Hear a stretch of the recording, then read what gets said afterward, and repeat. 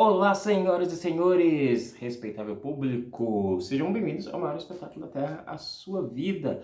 Pois bem, eu queria ter gravado esse vídeo ontem, não consegui, assim, porque eu tive muitas coisas para fazer, isso aqui eu vou usar daqui a pouco. Muitas coisas para fazer, quem viu o vídeo que eu postei antes desse, rapidinho, sabe. Então estamos gravando esse vídeo, enquanto eu não consigo me adiantar, né, eu tô gravando os vídeos no dia que eles vão sair, e hoje é sábado e são 2h05 da tarde. Eu estou gravando esse vídeo para que ele saia às 17 horas. Vamos lá. E esse é o vídeo, né, as 10 lições de Ayrton Senna sobre o sucesso. Rapaz, tá um calor danado. E estamos gravando esse vídeo sábado, por quê? Porque eu queria ter postado ele na sexta, ele estava programado para sair na sexta-feira, dentro do meu cronograma, mas eu acabei conseguindo uma reunião de trabalho ali de última hora e era muito importante fazer isso para o futuro. Então, não deixei de postar o vídeo na sexta, mas postei um videozinho menor e agora vou colocar esse aqui no sábado, para a gente cumprir o planejamento. E sobre as 10 lições de Ayrton Senna, eu sou muito fã do cara, eu vejo tudo que eu posso sobre entrevistas, documentários, tudo que é referente ao Ayrton Senna. Inclusive, quem assistiu Homem de Ferro 3 tem uma cena que é referência ao velório do Ayrton, quando a Pops pega o capacete do Homem de Ferro, né, do Stark, e tipo, beija ele e tal. É uma referência ao velório do Senna, onde aquela mesma cena aconteceu com a irmã do Senna, a Viviane, beijando o capacete do Senna. Então, vamos lá, sem muitas delongas. Eu tirei isso aqui de algumas entrevistas, mas principalmente de 2 filmes. Filmes, na verdade, documentários, né? Um documentário chama-se O Direito de Vencer, a minha tatuagem. O Direito de Vencer, The Right to Win. É um filme de 45 minutos, filme documentário. 45 minutos, O Direito de Vencer, onde se tem várias entrevistas de algumas pessoas próximas, outros pilotos, onde eles falam que o Senna acreditava que Deus tinha dado a ele o direito de vencer, o direito de ser um campeão, e toda vez que alguém tentava derrotá-lo, ele enxergava isso como se estivessem tentando tirar esse direito dele. Ser campeão era um direito sagrado dele, então ele não gostava, ele era um cara meio bronco, assim, com relação à competitividade. Inclusive tem uma frase dele, que alguém fala, ele chega em segundo e tal, e a pessoa fala assim, né, você chegou em segundo, então o importante é competir. Aí ele fala, então, o importante é vencer tudo e sempre. Esse negócio de que o importante é competir não passa de demagogia. Então, vamos lá. É The Right to Win e o outro filme chama Senna. Esse é um filme maior, 1h30 e tal, com várias entrevistas, várias cenas de bastidores também. Entrevistas com Senna, inclusive, falas dele para jornais, para programas de TV, e eu juntei, entre as falas dele e entre depoimentos sobre ele, coisas comuns. E, como disse no vídeo de ontem, não vão ser 10, vão ser 11. 11 segredos do sucesso, e nem são segredos, né? Mas são 11 características da personalidade do Senna para se tornar o que ele foi, o que ele continua sendo até hoje, que é o maior piloto de Fórmula 1 de todos os tempos. Então, vamos lá. O primeiro de todos é planeje, aprenda sempre, melhore cada vez mais. Bom, o Senna começou ele começou numa categoria mais baixa, que é o kart, e depois ele foi para a Fórmula 1 pela Toleman. Entre isso, eu acho que ele passou pela Fórmula 3, ou Fórmula Indy também. Agora eu não sei, porque eu me confundo muito o que é a Fórmula Indy e o que é a Fórmula 3. Mas quando ele estava na Toleman, a Toleman era uma equipe péssima, talvez seja até hoje, eu não acompanho mais Fórmula 1, mas a Toleman era uma equipe muito ruim. Mas ele falava, tem esse trecho de entrevista onde ele falando que sim, ele sempre procurava planejar o que ia fazer, aprender cada vez mais, por mesmo que ele não conseguisse um bom resultado, qualquer melhora, qualquer segundo a mais, qualquer 10º segundo a mais, qualquer colocação para ele era uma melhora. Então ele planejava sempre essas melhoras, ele procurava aprender sempre como evoluir, mesmo sabendo que ele não estava em uma posição muito boa. Então ele tentava fazer uma melhora contínua ali, né? A ideia do Kaizen, os vídeos que eu estou postando na segunda, uma melhora contínua para poder chegar lá e alcançar o objetivo. Então ele já tinha isso em mente desde quando ele começou a planejar e aprender cada vez mais. Ele poderia falar assim, mas aí são duas coisas, mas eu resolvi colocar como uma só. Porque o planejar e o aprender fazem parte da mesma... São dois lados da mesma moeda nesse caso. Porque ele sempre planejava e cada vez que ele planejava e as coisas aconteciam como ele queria ou não, ele aprendia cada vez mais. Segundo, uma entrevista onde falam com ele que ele era meio agressivo com relação a essa coisa, né, da corrida. Ele meio que ele fazia umas ultrapassagens muito doidas, tipo, cara, na chuva ele corria como um louco e tal. Era um excelente piloto, é óbvio, mas nem todo mundo enxergava isso como alguém que estivesse fazendo o seu melhor. As pessoas às vezes enxergavam isso como um cara maluco e desesperado. E aí o repórter fala isso com ele, fala assim, o seu coisa deixa as outras pessoas assustadas, coloca você em risco e os outros pilotos em risco. E aí ele fala, Fórmula 1 é um esporte perigoso, né? E é um esporte competitivo. Então, quando você está competindo, ou você dá o melhor de si, ou você desiste. Então, aí você que está na vida tentando alcançar alguma coisa, essa é a segunda lição. Ou você dá o melhor de si, ou você desiste. Porque não dá para ficar fazendo, opa, tá caindo aqui a câmera. Ou você dá o melhor de si, ou você desiste. A câmera não, né? O meu telefone. Ou você dá o melhor de si, ou você desiste. Não dá para ficar fazendo as coisas meia boca. Terceiro lugar, o Senna, ele veio de uma família que tinha grana, né? Para os padrões da época, era uma família que tinha dinheiro. E aí, quando ele começou a competir com kart, a família tinha condição de comprar o kart, o carro e tal. E quando ele foi para Fórmula 1, né, foi decorrência dele ter entrado no kart e tal, e a família poder dar apoio sem ele precisar ficar trabalhando, fazer outras coisas. Então ele pôde se dedicar a, a competir. Mas o Reginaldo Leme é quem fala essa parte no filme, que assim, que é besteira pensar que foi o dinheiro que fez o Senna chegar onde ele chegou. Porque na Fórmula 1 ter dinheiro é uma coisa comum. Então, ele fala que ele diz isso, assim, até o Senna, inclusive, chegou a concordar em um determinado momento que é o seu talento que te fará ser reconhecido, não é o seu dinheiro e nem o seu status.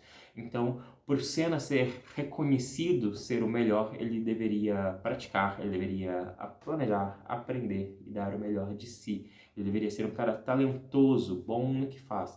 Então, é o seu talento que te fará ser reconhecido e não o seu dinheiro ou o seu status social. Na primeira corrida do Senna pela McLaren, ele se tornou parceiro do Alain Prost. O Alain Prost era já considerado o melhor piloto da época e o Senna era não tão novato, mas ele já tinha mostrado muito talento, mesmo na Toleman ele já tinha mostrado muito talento. Depois ele foi para Lotus e mostrou ali grande capacidade também como um excelente piloto.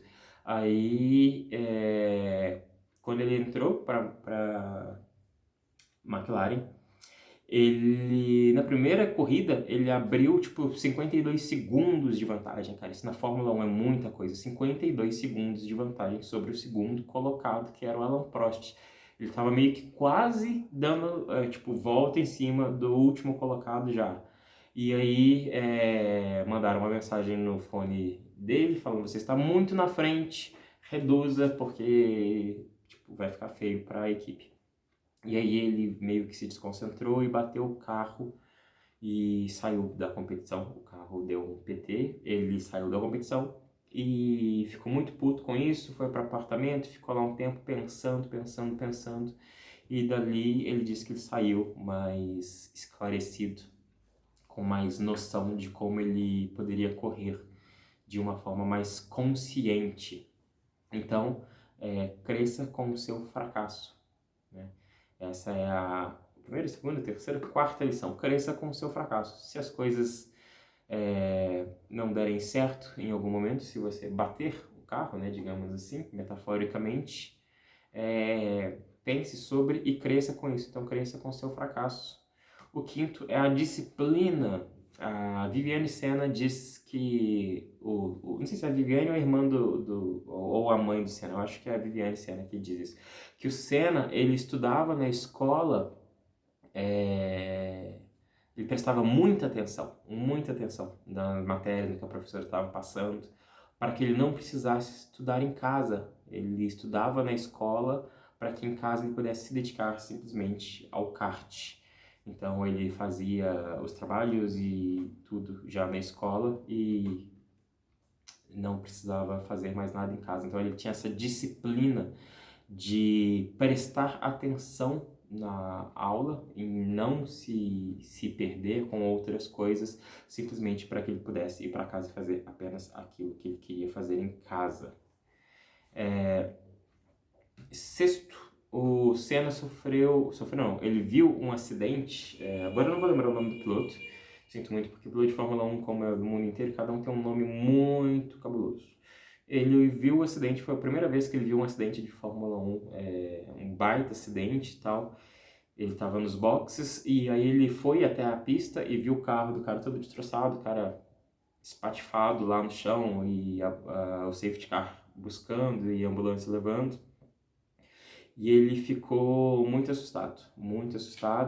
E algum tempo depois, ele mesmo chegou a sofrer um acidente. E aí ele disse que ele ficou com aquilo na cabeça, porque ele poderia ter morrido e tal, mas que isso não ia fazer com que ele parasse de competir. Porque ele não podia deixar que o medo dele fosse maior do que os objetivos dele. Então, essa é a sexta lição de Senna. Não deixe o seu medo ser maior do que o seu objetivo. O seu medo de fracassar, o seu medo de perder, o seu medo de ser ridicularizado, o seu medo de qualquer coisa que seja. Não deixe esse medo ser maior do que seu objetivo final. Então, se mantenha... Aqui, no sétimo, se mantenha fiel aos seus valores pessoais. O Senna meio que foi sacaneado aí numa corrida contra o Prost. O Prost jogou o carro em cima do Senna, porque se os dois não terminassem a corrida, o Prost seria o campeão mundial. Mas se o Prost ficasse em segundo e o Senna em primeiro, o Senna seria o campeão mundial.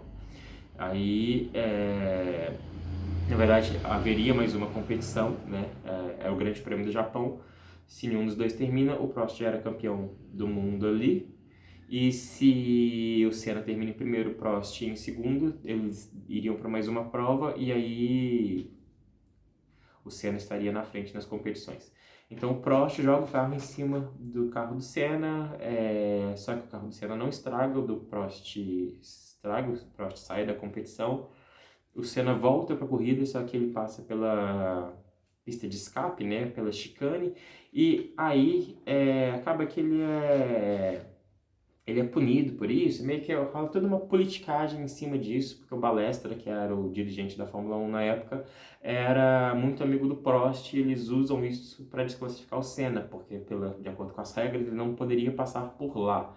Só que vários outros pilotos já tinham feito isso para não sofrerem acidentes, e na batida do Prost com o Senna, meio que os carros entraram ali, então o Senna não podia voltar com o carro, porque seria muito perigoso bater, então ele só completa esse caminho, que nem é tipo um atalho, basicamente seria tipo 3 metros a menos, o que em Fórmula 1 é basicamente nada. E aí o Senna no final da corrida, ele chega em primeiro, mas ele é desclassificado e ele leva uma suspensão e ele é julgado aí pelo Balestra como o responsável pelo acidente. O Balestra fala que foi um ato de estupidez, que o Senna faz coisas idiotas e tal, e ele leva uma suspensão de 6 meses da carteira de Fórmula 1, paga $100.000 de multa e tal. Aí o Senna fica muito puto e meio que fica pensando em sair fora, porque, tipo, não é mais, né, competição, é politicagem, é dinheiro e tal, e ele fica meio chateado com isso. Mas aí o dono o dono da McLaren, que agora eu não me lembro o nome dele, acho que é Rony, não sei, Rony, alguma coisa assim. Não se apega a nomes. Ele tem uma conversa com o Senna e ele diz assim que se o Senna realmente fosse fiel aos valores dele de competição, de amor ao esporte, ele voltaria a competir. E o Senna tira esse tempo para pensar e ele volta a competir e ele volta muito sangue nos olhos. O Senna volta foda pra caralho. Ele já era foda, mas ele volta mais foda ainda. Então, seja fiel aos seus valores pessoais. Outra coisa, porque alguns outros pilotos brasileiros já estavam na Fórmula 1 há algum tempo, mas não diziam que eram brasileiros, eles meio que não admitiam, falavam que eram de outros países e tal. E o Senna foi o primeiro, aí no caso, a ter orgulho Ficou escuro porque o sol subiu. A ter orgulho e usar a bandeira do Brasil, por isso que ele é tão assim, marcante para a história da Fórmula 1 no Brasil, porque ele pegava a bandeira do Brasil, ele tinha, né, as cores da bandeira no capacete, ele nunca escondeu que ele era brasileiro, ele fazia questão de, toda vez que subia ao pódio ou de completar uma corrida, pegar a bandeira e tal, e tocar o hino. Então, tenha orgulho de quem você é e das suas origens. Esse é o 8º. Isso mesmo, esse é o 8º. Eu não numerei, eu só escrevi aqui. Tenha orgulho de quem você é e das suas origens. Você não precisa esconder quem você é e tal, para querer ter mais status ou para fugir de um baixo status que talvez você considere assim.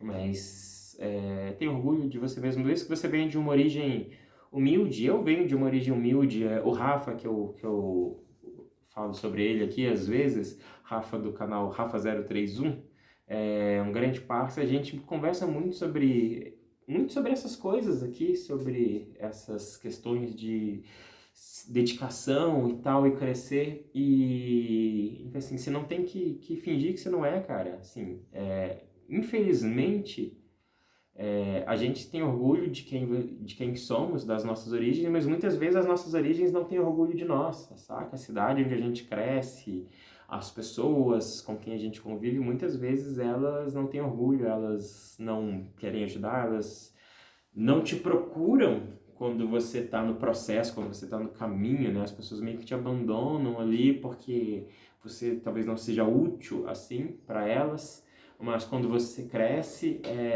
elas te procuram e tal. Então, mesmo que as pessoas não tenham orgulho de você, tenha orgulho de si mesmo, tenha orgulho de onde você veio, de onde você começou.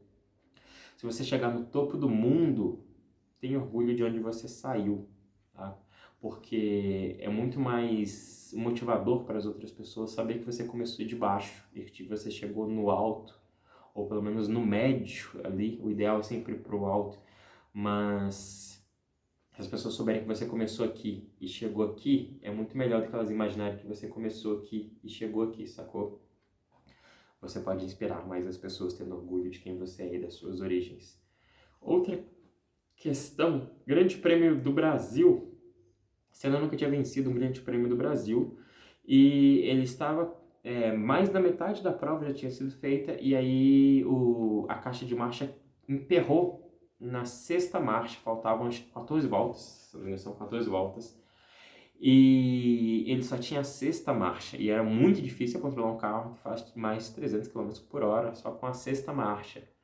E o que o Senna fez era o Grande Prêmio do Brasil, ele nunca tinha vencido um Grande Prêmio do Brasil, ele pensou em parar, mas ele não tinha um outro carro substituto, e se ele parasse ele não ia vencer, ia ter que esperar mais um ano.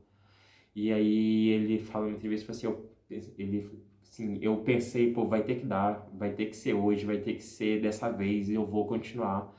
E aí ele continuou, e quando ele sai, ele teve espasmos musculares, tipo, a força que ele teve que fazer para controlar o carro foi muita. Ele sentiu muitas dores, tanto que ele desmaiou ao final da corrida. tem as imagens que as pessoas chegam perto e ele fala assim, não encosta, porque quando encosta ele sentia muita dor, porque ele estava travado por causa do desgaste muscular, né? Além do desgaste mental. Então, vá além dos seus limites. Essa é a 9ª regra. A 10ª é assuma a responsabilidade. Sobre esse caso do Prost que eu falei, o Prost, em uma outra competição, o Senna bateu o carro nele, o Senna fez de propósito, a gente sabe que o Senna fez de propósito e tal, e aí o Prost ficou falando que o Senna é isso, que o Senna é aquilo, não sei o que, e aí no ano seguinte o Prost começou a perder mais e mais, e o Prost, ele meio que deixou de ser o cara foda que ele era, para se tornar um cara bem abaixo, digamos assim, por um tempo. E ele vivia culpando os outros carros, os outros pilotos, a pista, o pneu, isso e aquilo, e aquilo, aquilo, aquilo. E o Senna dá uma entrevista, pergunta sobre isso, fala assim, o Prost está falando que você é culpado por isso e não sei o quê. E aí o Senna fala assim, o problema do Prost é que ele não procura melhorar sobre ele mesmo. Ele não procura se tornar um piloto melhor. Ele quer sempre jogar a responsabilidade dos fracassos dele em cima de outros pilotos ou de outras pessoas. É o mecânico que não arrumou o carro, é o pneu que não tá bom, é a pista que tá assim, é o tempo que tá assado e nunca é ele. Então, e o Senna tinha muito essa coisa. Quando as coisas não estavam bem, quando ele vai para o Williams, inclusive, e o carro fica muito difícil de controlar, ele nunca fala assim, o carro tá ruim. Ele fala assim, eu não estou conseguindo controlar o carro direito. É uma questão que ele tinha muito de responsabilidade. Ele assumia a responsabilidade pelo sucesso dele. Ele se dedicava, ele treinava muito, ele tinha uma disciplina, como eu já falei, de treinar muito. Ele ia além dos limites, até em treinos também. E ele tinha essa questão de se sentir responsável pelo próprio sucesso, de não que ele negasse a equipe, mas de coisas assim, tipo, depende muito de mim também fazer as coisas. Então, eu assumo a responsabilidade. Esse é o 10º. E o 11º, que é um bônus, se envolva o máximo que você puder. Como eu falei, quando ele foi para o Williams, houve toda uma questão de regular os carros para que os carros ficassem no mesmo nível, que as equipes com mais dinheiro não ficassem acima das outras. Então era muito difícil controlar o carro, porque várias partes foram retiradas e tal, suspensão, freio automático e coisas desse tipo. E aí o Senna já fazia isso, mas ele passou a fazer ainda mais, que é acompanhar os mecânicos, ver a regulagem dos carros, acompanhar cada processo. Ele ficava o dia inteiro nos boxes junto com os mecânicos para saber o que estava sendo feito, para que ele entendesse o que estava sendo feito. E na McLaren já se falava sobre isso também, que o Senna ficava enquanto o Prost ia embora e depois os mecânicos só vinham e diziam pro Prost o que tinha sido feito, enquanto o Senna estava lá dando opinião e pedindo para fazerem coisas e tal, e testando. E por isso o Senna foi ficando cada vez melhor. Então se envolva o máximo que você puder. Vou recapitular aqui aí para que você possa anotar, caso você deseje anotar.